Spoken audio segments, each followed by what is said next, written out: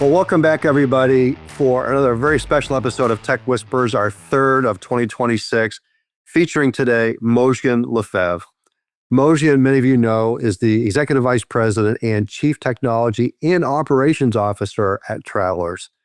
In that role, Mojgan leads the company's global technology and operations organizations, spanning cloud, cybersecurity, data, AI, digital platforms, billing, business resiliency, and I'm sure there's things that I'm missing. Since she joined Travelers in 2018, Mojgan has been a driving force behind the company's digital and operational transformations, modernizing core platforms, strengthening customer experience, and enabling business growth through technology. Prior to Travelers, she served as the global CIO for Liberty Mutual's commercial insurance business, and she's had senior level roles across the healthcare industry, consulting, technology, including at Bain and Paris-based bioMérieux. Mojgan brings board-level perspective, which we're going to tap in today. She's a director at Unum, and she's also a passionate advocate for developing future-ready talent. We're going to get into all that here in a minute, but I am just over the moon. I want to welcome Mojgan to the podcast. Mojgan, you shared that growing up, your family moved frequently because of your father's work, often leaving you feeling like an outsider. So I'm just curious, how that has shaped you as a leader today, navigating disruption as you do, dealing with ambiguity and pace and enterprise scale. How much of that leadership muscle you rely on now that you actually built long before you had a formal leadership title? So feeling like an outsider, I'd say, was my default growing up, Dan. We moved constantly, and I was almost always the new kid, new country, new culture, new expectations. And so when you grow up that way, you learn very early to pay attention to, you want to make sure you're paying attention, you're listening first, and then adapting as quickly as possible because you don't want to be the outsider. At the time, of course, it didn't feel like I was developing a skill. It just felt like survival, figuring out how to find your footing, how to connect, how to move forward even when, nothing around felt familiar. Now, looking back, I realized that the experience quietly built resilience and, frankly, comfort with uncertainty. I learned not to panic when things were unclear and not to wait for perfect conditions before taking the next step, whatever that might be.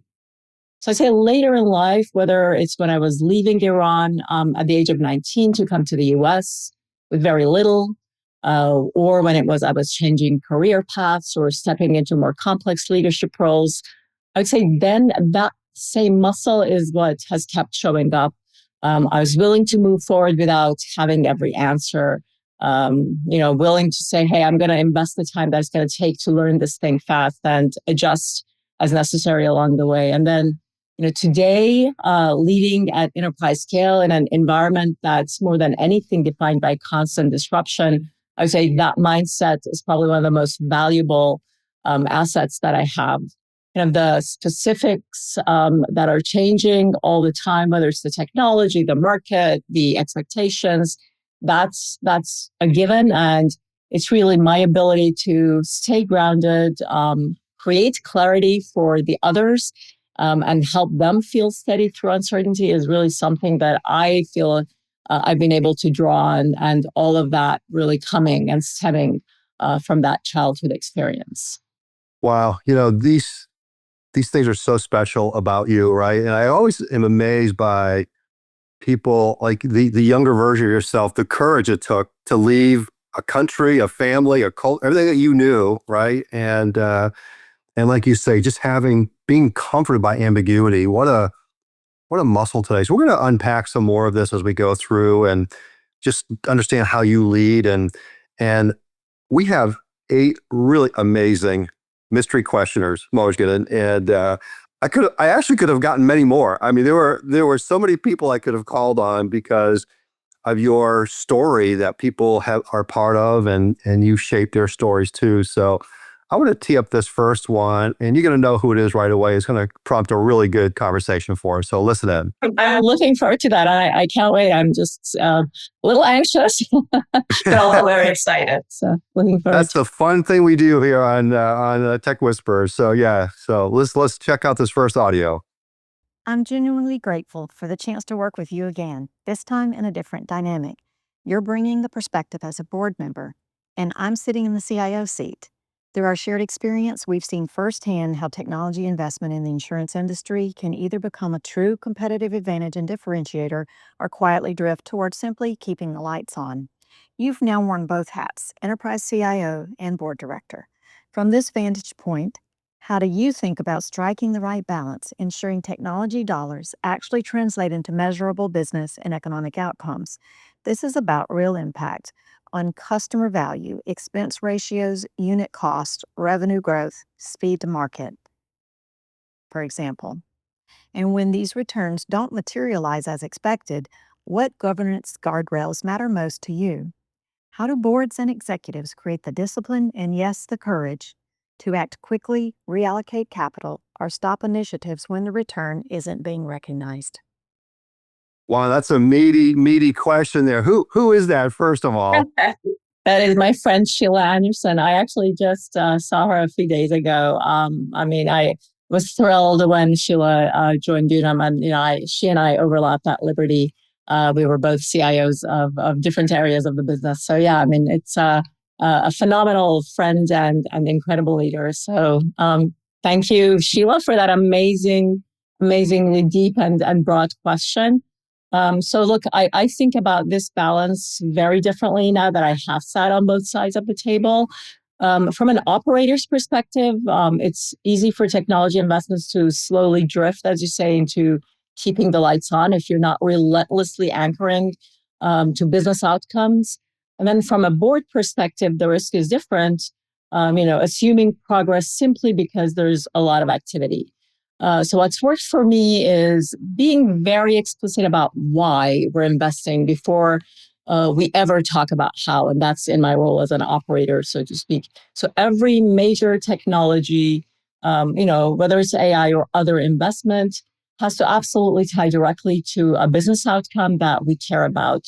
And in our case, it's about improving expense ratios, increasing speed to market, driving growth, or really materially improving the customer experience. And then just as important, we put real guardrails around these investments. We define success upfront.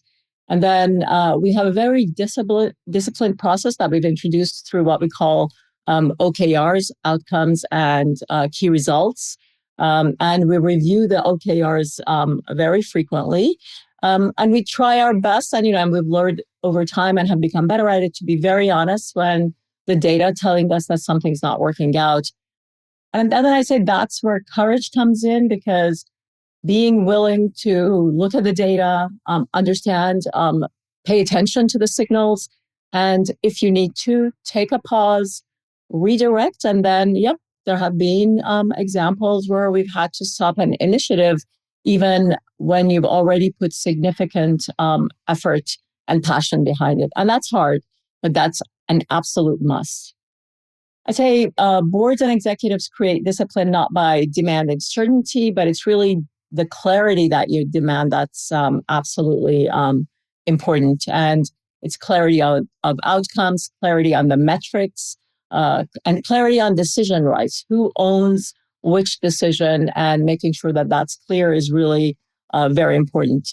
And then if you have all of those in place, I would say, Sheila, to Sheila's question, reallocating capital actually is not a failure. It's actually the right thing to do when you have to.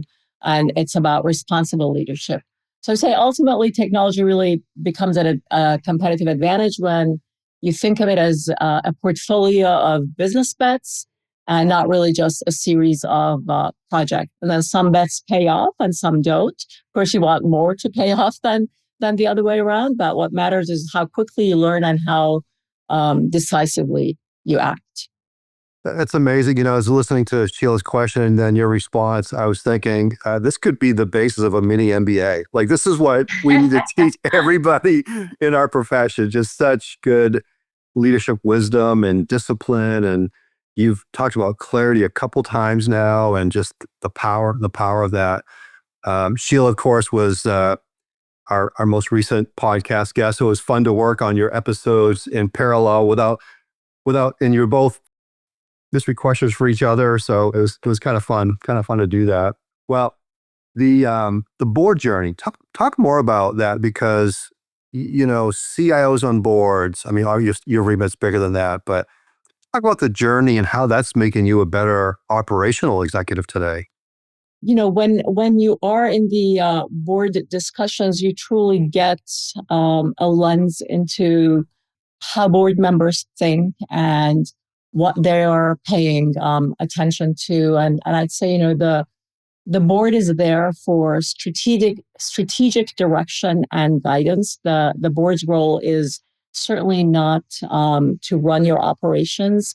And that's a very delicate balance. And so, I'm constantly checking myself and making sure that when I'm in the board seat, I'm really thinking of my role as governance, as guidance, asking questions rather than giving answers, and then of course in the operational role, making sure that I keep in mind that when I'm on the other side, what is it that I'm looking for, and doing my best to ensure that in every conversation I'm setting the stage with what the vision was, and what the metrics and the measurements are, and then sharing that, and then bringing continuity. I would say the other thing to keep in mind is, we as operators, we may not think of the fact that, the board gets to see you usually at most once a quarter. And most of the time, they're not only on one board, they are on multiple boards. So ensuring that in every conversation you level set, you bring any background that there is, and you remind them. I think that's very critical. And that's something that board members appreciate quite a bit. So that continuity and really always painting the full picture for them. I've never heard that advice before. Never thought about that, because they are on multiple boards, and you're hearing from different CIOs, right, tech leaders, and yeah, you've got to continue to get them grounded. And of course, they heard the hype from their last meeting, right? So it's like, hey, what are we doing here on this, right? Absolutely. And then the other thing, Dan, I would say, it's like, of course, every industry comes with all its own set of jargons and terminologies and abbreviations, and it's incredible. Again, making sure, and our CEO at Travelers is incredible in terms of always reminding us, hey, make sure you remind, don't use jargon, don't use abbreviations. If you do, just bring the definition. And then being on the other side and being on the board of Unum, it's something that I realize I really appreciate, kind of like the table of content that's always there for me to go back to, and just remind myself of, like, okay, this, this system that's called this, that's what that is. And so, them not assuming that we remember. So I think that is definitely something that has stuck with me. Well, one of the things I really marvel at with leaders like you is goes back to the courage, but it's just, you've got to make hard calls every day. You got to make those big bets. You're really setting the company up for the future. And this next mystery questioner knows you well, has worked with you, and is going to help us unpack this topic in a really special way. So listen in. Hi, Mojgan. I couldn't be more thrilled to be part of your Tech Whispers podcast.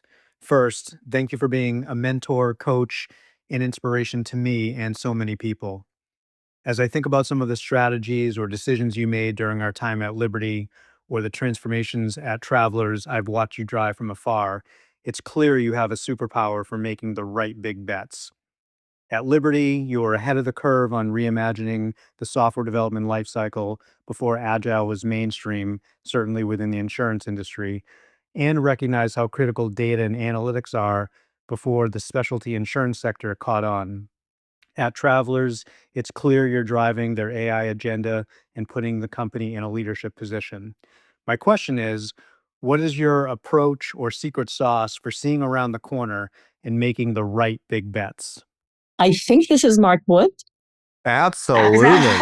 Yes. Yeah, so like what an incredible colleague, and Mark and I were at Liberty together. He was on my team. He was an incredible leader. Then he went on to a different business unit, to the personal insurance side of things, and then proceeded to become a CIO. And then I've had the pleasure of seeing him now become CIO, full-fledged CIO for his current company, which is the specialty arm of Berkshire Hathaway. So yeah. Well, one of the real joys of this podcast, the way we do this, is I get to meet new people like Mark, and just what a great leader he is. Berkshire Hathaway now, and yeah, so. So to Mark's question of the secret sauce for seeing around the corners and making the right bets. So look, I don't think of big bets as predictions. I think of them as informed commitments. You rarely have perfect information. So really the real work is to understand which uncertainties matter, which ones don't. Seeing around the corner for me starts with anchoring every bet in two things at the same time.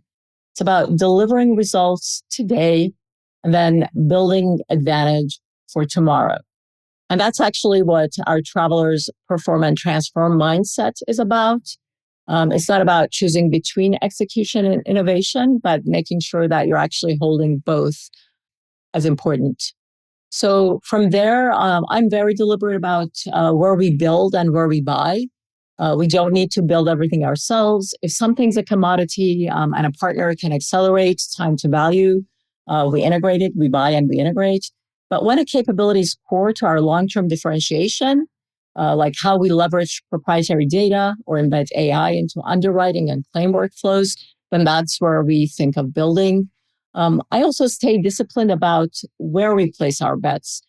We focus our innovation investments really in a few truly critical areas that matter to us, and that's our innovation priorities of extending our lead in risk expertise, delivering great experiences for our customers, distribution partners, and employees. And then third, materially improving productivity and efficiency. And if an idea does not clearly connect to at least one of these, it's probably not a big bet and more of a distraction. And then I say, finally, none of this can happen in isolation. So big bets require enterprise alignment. And we've been very deliberate in using cross-functional product teams and a very disciplined multi-year planning process that I partner with our CFO on to make sure that our strategy, our funding, and our execution are tightly aligned. And when we partner, we're very selective, in choosing our partners, both from a kind of software vendor perspective and, of course, implementation perspective. Scale, strategic fit, and a measurable business impact matter more than anything else, than any hype that might be out there. So I'd say for me, the secret sauce isn't really intuition alone. It's about disciplined curiosity and being willing to place the bold bets, but then also willing to revisit them as the data evolves, and having the metrics we talked about, and being very disciplined about continuously making data-driven decisions. Incredible. Yeah. So no magic, no crystal balls in the room. It's, what do you say? It's not predictions, it's informed commitments, right? Is that what you said? Yeah, it's absolutely. It's about informed commitments. Absolutely. I like that. Yeah. I want to give a shout out to John Rossman, former guest. He wrote the book Big Bet Leadership. And he was at Amazon when they launched Marketplace. So he's got a little insight on big bets, right? And there you go. Yeah. Back then, Amazon was known as Amazon.org because they were not profitable, right? Hard to imagine, but yeah. When you watch Jeff Bezos' interview and he's talking about like not being profitable, yeah, absolutely, it's amazing. Crazy. Yeah, I can hear the printing press right now. They're printing so much money, it's crazy. But well, take what we just talked about. We just talked about around big bets, and what makes this even more incredible is that you do it at an enterprise scale. You also do it at a pace, right? That is just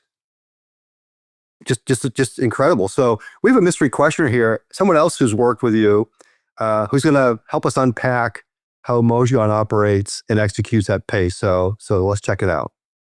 One thing I've always admired is the pace you're able to set. It creates real momentum for the place. Once you've set the direction, what are some of the ways you mobilize the organization to execute at that pace? So this is Jason Galvin, who is now CIO of our personal insurance. And prior to that, he had a couple of incredibly important roles as an enterprise technology leader at the center. So I've known Jason now for over 7 years. So great question. So the question is, once the direction is set, what do you do to set pace? So I would say, first of all, maybe let me focus on making sure that you have that clarity and direction. And again, what you're doing and why, that the what and the why are clear, and you've helped set the direction, and then making sure that you're empowering the teams to decide the how in alignment with the what and the why that has been set. And then I'd say the structures that we have established now, that are long-term structures of how our teams come together in teams of teams that make up value streams that are aligned to the what and the why. Those are probably what really enable the pace and how our teams are delivering. Because we've got these dedicated, focused teams of cross-functional experts who are all sitting together and doing the work together. And so they have everything that it takes to get what they need done.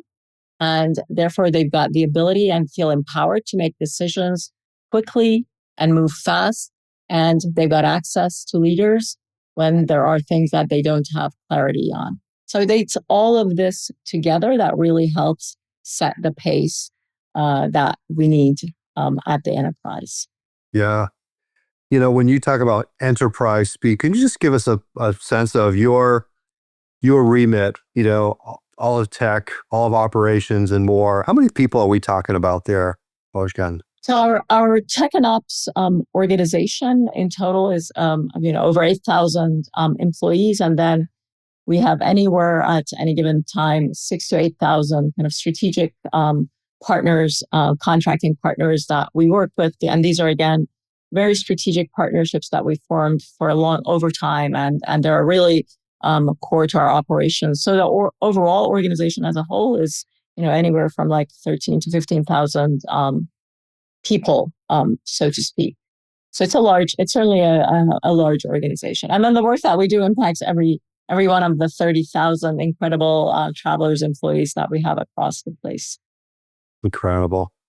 When you talk about this kind of pace, speed, enterprise speed, you give people ways of thinking about working through those trade-offs, right? And you also have this expression, common as possible, unique as necessary. Can you talk about those?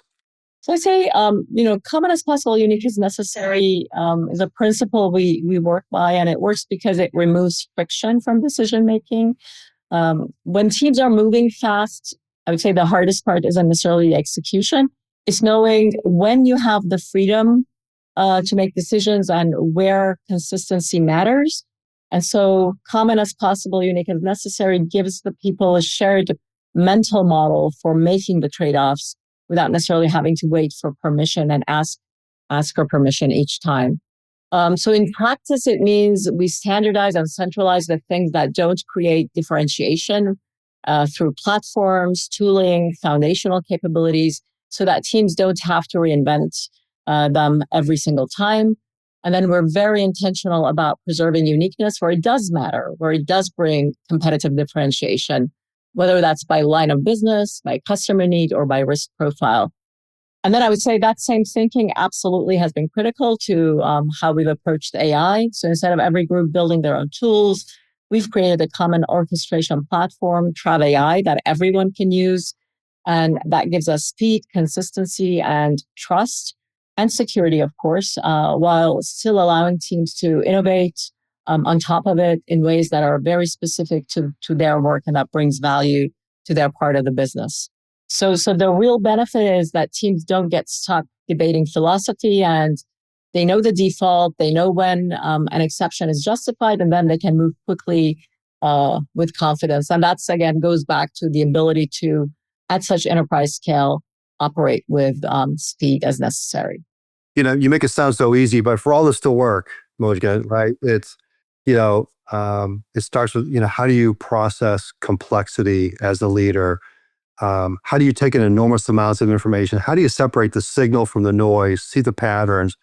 And as you said a few times, translate that into clarity for people. So we have a mystery questioner, longtime mentor, who's watched you operate under pressure and at scale. So I'm excited to hear your response to this question.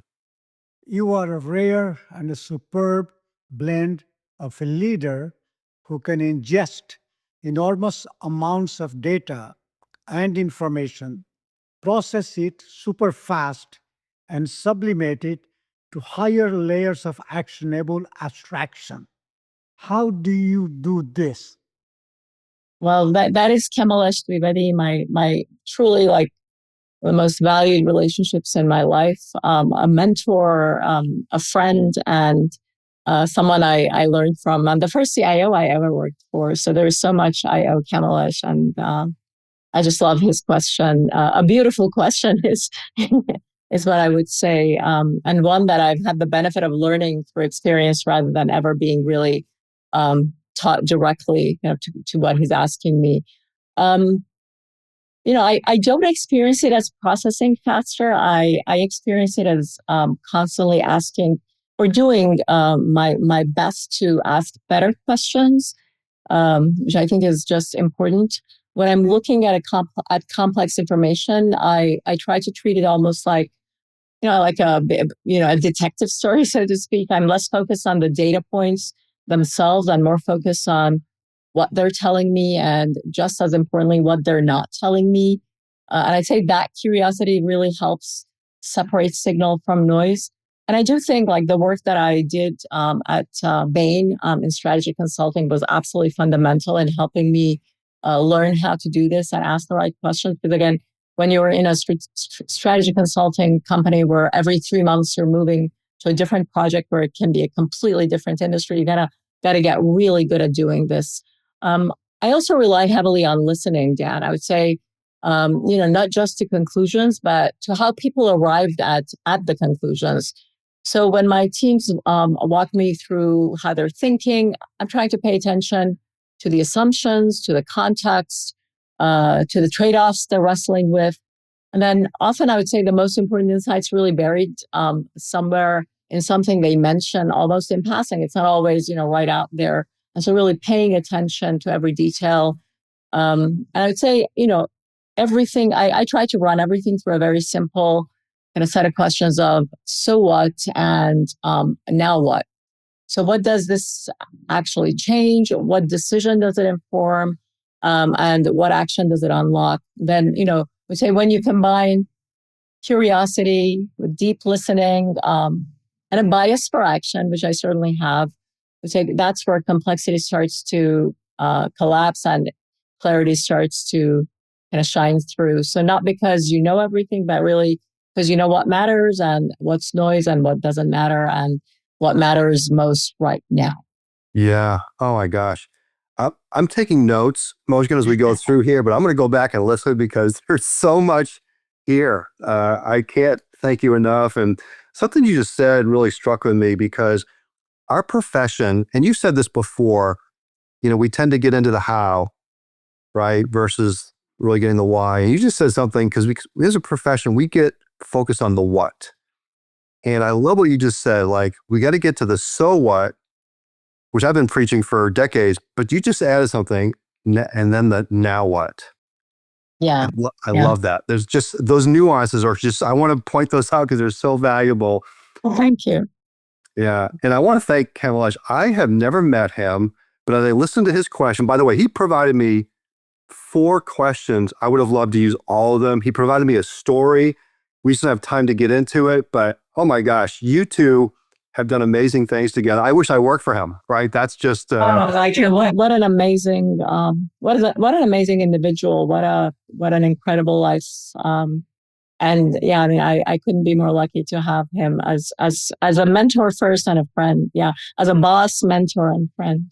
Yeah, gone on to, he's met multi-time CIO, now at president and a partner at 3 Lines, and what a absolutely story. incredible career. Yeah. Yeah. Well, again, this next mystery question I want to set up this way. There's an African proverb, and we've all heard it, right? If you want to go fast, go alone. If you want to go far, go together, right? And so, just think that's interesting in today's environment with AI, but really, leaders have to do both today, right? Like move with Love that speed. proverb.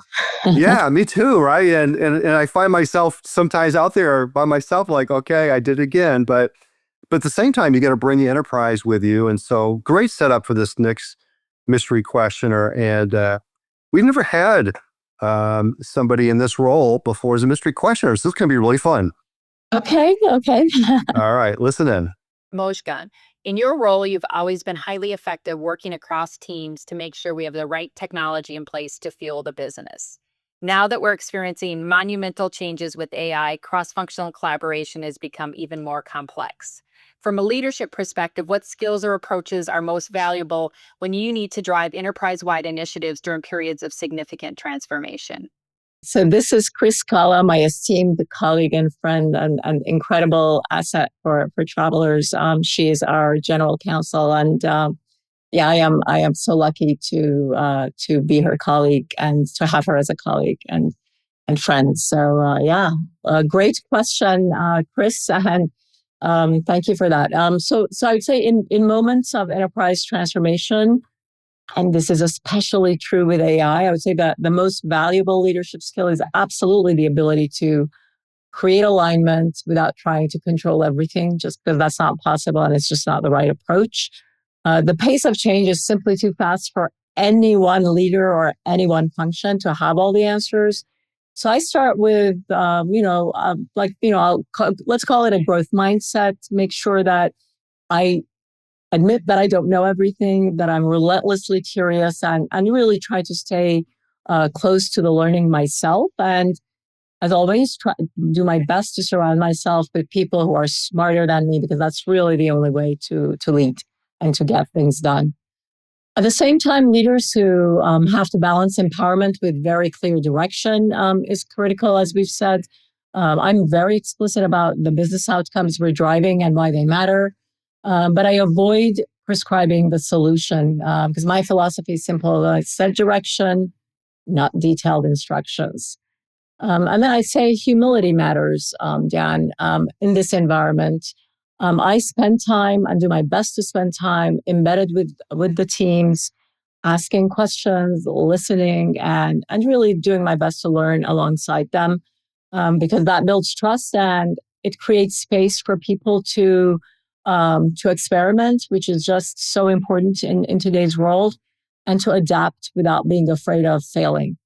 And then finally, I would say enterprise change doesn't really stick without thoughtful change management, stakeholder engagement, cross-functional collaboration, and really a shared foundation of digital fluency that's critical. Our tech and ops or our tech and ops and analytics leader for learning helped create a series of digital fluency courses that the entire company has access to and has been leveraging. And that's just been phenomenal. Because when people understand the case for change and they feel like they've got the skills and they're equipped to participate in it, then transformation is really something that they help drive and not something that's being done to them. And so feeling like you're part of the change is probably half the battle. And I always say change management, technology implementation and AI implementation and all of that is like so much about change management, and it's far more about emotions than it's about the technology.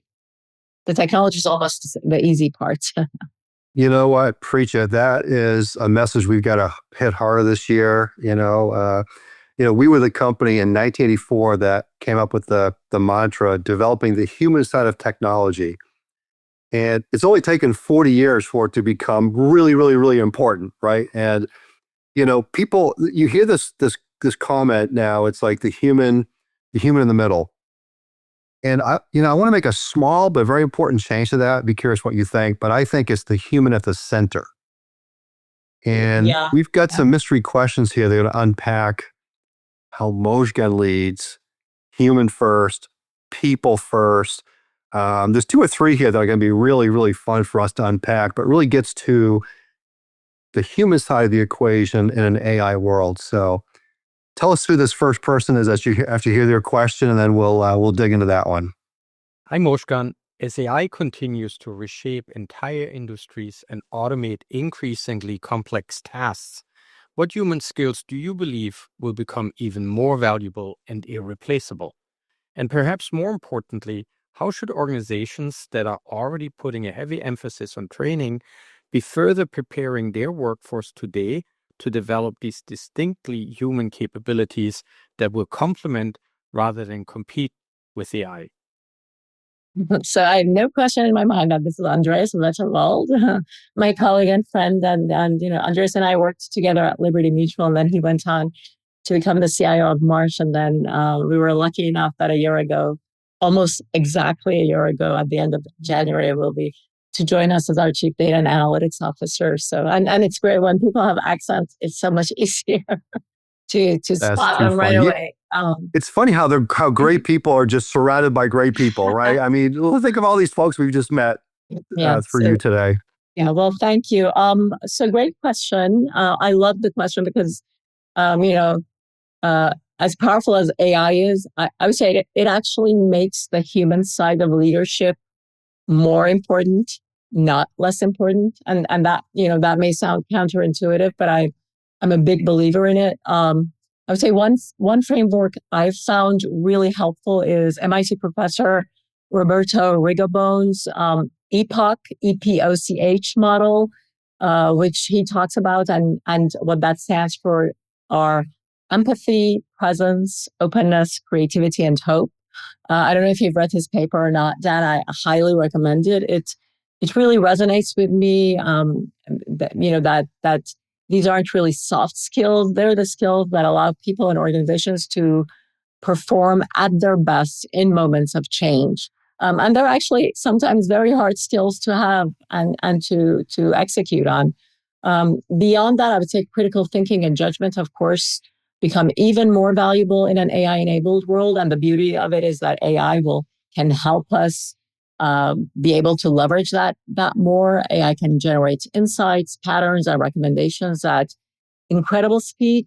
But humans are still responsible for evaluating those outputs, understanding the context, and then, weighing the trade-offs. And at the end of the day, owning the decisions. And we are very clear on that when it comes to AI and implementation in our company, because we want to make sure people understand that at the end of the day, they're responsible for every decision, regardless of what tool they've used to help make that decision. So judgment does not get automated.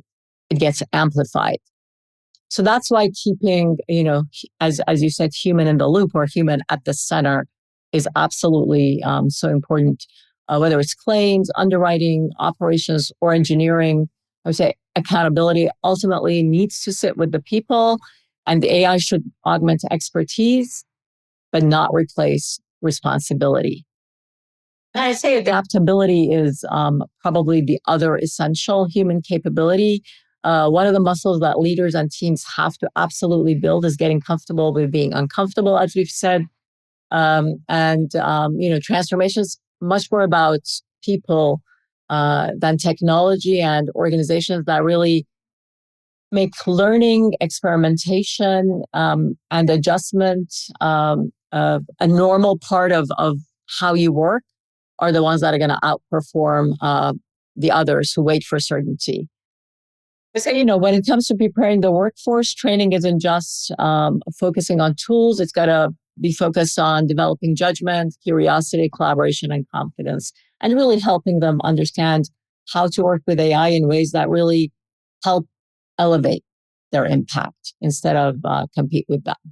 Thank you, Andreas. Great question. I'm glad we got into this topic. And but based on your body language, something tells me you like the idea of the human at the center, not just the middle. Yeah, absolutely. And that's truly how we are approaching AI and going about it. And it's important. Yeah, good. I want to give a shout out really quick to your colleague, Amanda Metmador. She was instrumental in helping me find amazing people like Andreas and others. So I just want to give her a shout out. And yeah, Amanda's amazing. We're like Yeah, we had fun with this. Got a couple more for you. And, I think, we think about the kind of step back, the mandate today for all tech leaders, right? It's deal with legacy, modernize the core, we go innovate, right? All these things are happening in parallel. And how do we do that without burning out, right? Burning out our people. So we have another great mystery questioner here, another colleague that will help us, help you teach around this topic. So listen to this one. One thing that's always impressed me is how you manage to drive innovation while keeping the trains running. Most CTOs I've worked with are either firefighting operational issues or they're focused on the future with AI initiatives and digital transformation. But meanwhile, the current systems are falling apart and customers are feeling the pain. You somehow do both seamlessly. What's your framework for deciding when to innovate versus when to optimize what we already have? And how do you prevent your team from burning out trying to do both? It's great. That's Kevin Basaw, our CIO for business insurance, and an incredible leader. He had an enterprise role, in digital enablement until about a year ago, and so he's doing an amazing job. And I've had the pleasure of working with him, and there seems to be a common theme at Liberty and now at Travelers for several years. So great question, Kevin. I would say, that tension of modernizing the core while innovating for the future, unfortunately, never really goes away, or maybe fortunately never really goes away. So for me, really, the question isn't either or, it's, how intentionally are we managing both? As I referenced, how do we perform and transform the way we say it at Travelers? So the first thing I anchor on is strategic alignment. Innovation only makes sense if it's directly connected to real business outcomes. And we're very deliberate about making sure that we're embedding cross-functional teams from the start, inclusive of engineers, data scientists, and business domain experts in teams working together so that we're not building technology for technology's sake. And this ensures that, we're solving the right business problems, not just, things that are fun. I'm also a big believer in iterative user-centered design. We start with the outcomes we're trying to achieve, and then, the experience that we want to deliver, and build in small increments, putting solutions in the hands of the users early, making sure that we're getting their feedback early on. Again, all of this was kind of part of that changing the way we work transformation that we did we started on several years ago. It's never done. It's continuous, but it's critical to how we approach. And when people help shaping the tools that they use, adoption, I would say, goes up, and they have the trust that helps them make the changes that they need to make and be energized. And then to the question of deciding when to innovate versus optimize comes down to measurement and prioritization. We'll look at the impact through kind of a balanced lens of operational metrics like cycle time, financial outcomes, and adoption. And if something is improving efficiency, but no one is using it, really, I would say that's a signal. If it's delivering value at scale, then that's where we lean in. And so again, it's constantly making sure you've got the right metrics and you're paying attention to them. So preventing burnout is just as important as delivering results. We're very intentional about focus. We do our best not to ask teams to do everything at once. I'm being clear about what matters most now, and giving people permission to stop or pause, take a break. I think having focused, dedicated teams is absolutely critical. It's, when people have multiple different roles, that it becomes far more difficult to do this. But when teams have clarity, they feel supported and they see progress, then the work becomes sustainable. And then I would say, when people love what they're doing, that also helps, because again, there's no doubt that there are points in time where they have to certainly work more than usual. But if again, they're doing it towards clear outcomes, they've got the support. And again, if you are, as a leader, doing your role, making sure that you're removing obstacles, that certainly is helpful as well. So good. Yeah. Thank you, Kevin, for that. And good luck to you all for this 2026 that you're all leading the company through. And I've got one more mystery questioner. And this is a fun one because he also is a mystery questioner for Sheila's podcast, and Okay. he's seen you both working under pressure. He's seen you both how you build teams and leaders. He's seen how you lift as you climb, and so really special question and questioner. So, but don't let the Boston accent fool you. Okay, so listen in. Hi, Mojgan. As a fantastic leader on my executive team for many years, Mojgan combined deep technical insight with practical judgment and a relentless focus on outcomes. She wasn't just effective in her own domain, she strengthened the entire leadership team through her collaboration and ability to drive complex initiatives across the finish line. Mojgan has always been a powerful advocate for the women around her. She didn't just support the women on her own team, she actively created space, opportunities, and visibility for women across the organization. Her commitment to lifting others as she climbed has been a defining part of her leadership. Mojgan, my question, as you've grown into a senior tech and business executive, what has driven your dedication to championing women, and how do you think leaders can most effectively create real, lasting change for women in tech and business? So that is my dear boss and friend, James McGlennon, who, of course, was, as you said, the boss of both Sheila and myself. And, it's a Boston accent with a little Irish twinge. I had 8 amazing years working for James and learned so much from him and, both technically and leadership wise. And so thank you, James, for that question. The question means a great deal to me because it reflects relationships and moments that really shaped who I am as a leader. So what drives or what's driven my commitment to championing women is really my own experience of how uneven the access to opportunity can be, even when talent is abundant. So throughout my career, there were moments where someone took a chance on me, created space, or made my work visible. I would say those are the moments that really changed my trajectory. And I've always felt a responsibility to do the same thing for others. So for me, real advocacy really goes beyond support or encouragement. I think it's about sponsorship, and specifically for women, really putting women, when you can, in roles where the stakes are real, where the work is visible, and where their impact can't be ignored. So inviting them into the room, backing them when the pressure is on, and really making their contributions be recognized. It is about creating environments where people don't have to conform to a single mold in order to succeed. And I've taken risks in my own career, hopefully not reckless ones. I don't believe they were, but they were intentional ones that were really very focused and aligned to long-term growth and where I wanted to go. And that's helped reinforce my belief that confidence and opportunity really often grow together.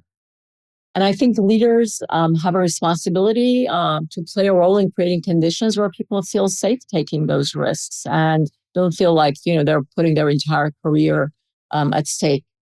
And then I'd say finally, lasting change doesn't really come from, individual efforts alone. It comes from redesigning, I think of it as systems. It's like everything as it works together. It's about how you hire, how you promote, how you assign opportunities, how you define leadership, that matters. And when you focus on changing all of those systems together, then it's way beyond mentoring individuals.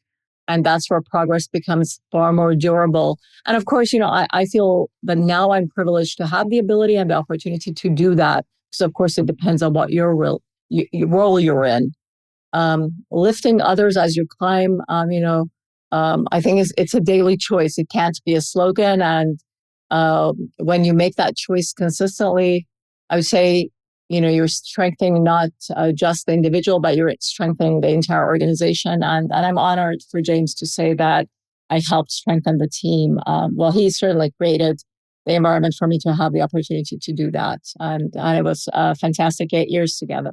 What a special leader. I wish he would get back in an operational role, but he's on to big things in the next chapter. And Tim Sweeney always used to talk to me about about James and just how good he was as a business leader? Amazing. I mean, it's funny because, I would say like one of the most innovative, and again, it was not reckless, but, like Liberty, we started our cloud journey in 2011. I mean, it was all because of James's leadership. That was like so many financial institutions weren't even thinking it. And I remember he took us all out to go visit Capital One, which was like one of the few companies that really had set the stage. And so, yeah, it was incredible. I'm lucky to have seen that, and I've learned so much from him. Yeah. Thank you, James. And, his question and your answer really kind of gave us a sense of those things, those leadership impacts that we have that compound over time. It's like compounding interest, right? And, Yes. I think of it that way. But, we've done that here with Tech Whispers, Mojgan, with our Tech for Good scholarship. And I just thank my team at Willett Associates for sponsoring this, because we're now over $500,000 of commitments.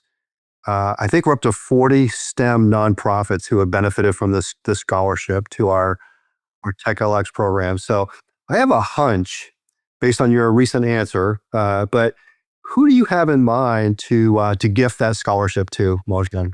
Well, thank you, Dan, for what you do, and I think that is amazing. I love that, and that's why I'm honored to be on your podcast. And I want to recognize, as you might guess, Girls Who Code, and I know that many before me have recognized that organization, but that is the organization I choose. It's one that we started our relationship with them 7 years ago when I started at Travelers, and we've partnered with them every single year, and it's one that I'm personally very passionate about. What I love about them is that they don't just focus on skills, they focus on everything we talked about. They focus on confidence, community, access, and they meet girls early and they help them see themselves in technology, in STEM roles, and they give them the tools and the support to stay on the path. And it's incredible when you follow through with some of these girls on where they've gone. It's just amazing. And so many of them talk about the organization having played such an important role in their lives.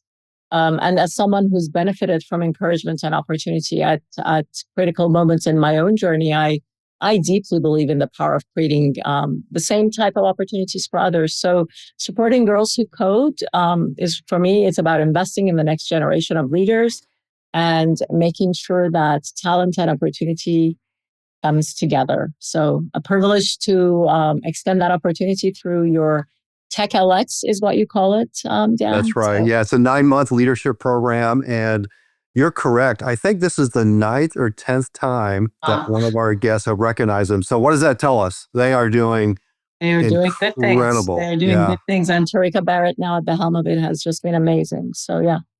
Yeah. Great. If you Google Girls Who Code, everyone should go take a look at them and the work they're doing, see how you can get involved. Just take a look at their board. Their board is like rock stars, right? Like Absolutely. the who's who. Absolutely. Yeah, very true. Very, very true. So good.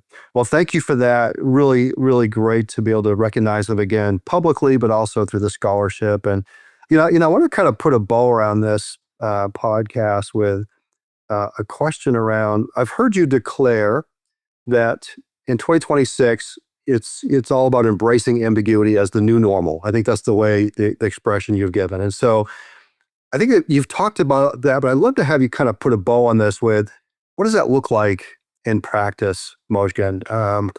What does that require of leaders today? Because I do think that is one of those muscles. Our friend Rob Carter, right, former FedEx, he talks about AQ, right, the adaptive quotient being the differentiator. So can you talk about adaptability from Mojgan's perspective? Sure. Look, Dan, for me, I think it starts with culture, because culture is what shows up when the stakes are high and no one's looking. One of the most important conditions I'm intentional about creating is continuous learning and the ability to do that. I would say in an AI world, no one has all the answers. So investing in upskilling, reskilling, and curiosity is no longer optional. Say it's foundational. And when people feel like they're growing, they're far more willing to experiment and to take the smart risks that we need them all to take. I'm also very deliberate about how culture gets defined. I would say the most important beliefs don't come top down.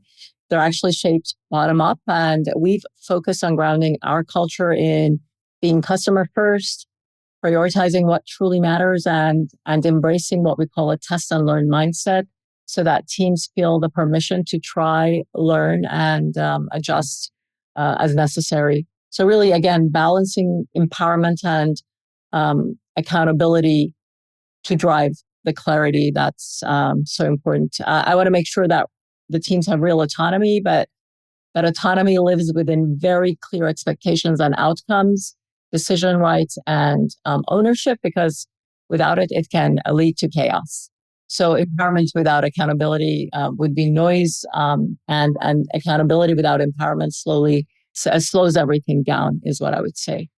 I'm also a big believer, Dan, in Kim Scott's radical candor. I think so. She talks about it as caring personally while challenging directly, and that helps build trust and speed at the same time, because people need to know that it's safe to speak up, to disagree, and to challenge ideas, and doing so is really actually part of the way that you got to work. And I've been very deliberate in bringing that mindset to our teams. And very early on, I invited Kim to talk to our team. We gave the book to everybody to read, and I think it's been instrumental in really helping us become a very transparent team that works together. We debate, we disagree, but then once we agree, we hold hands and we go forward, which then, kind of brings me to the last thing, which is about collaboration.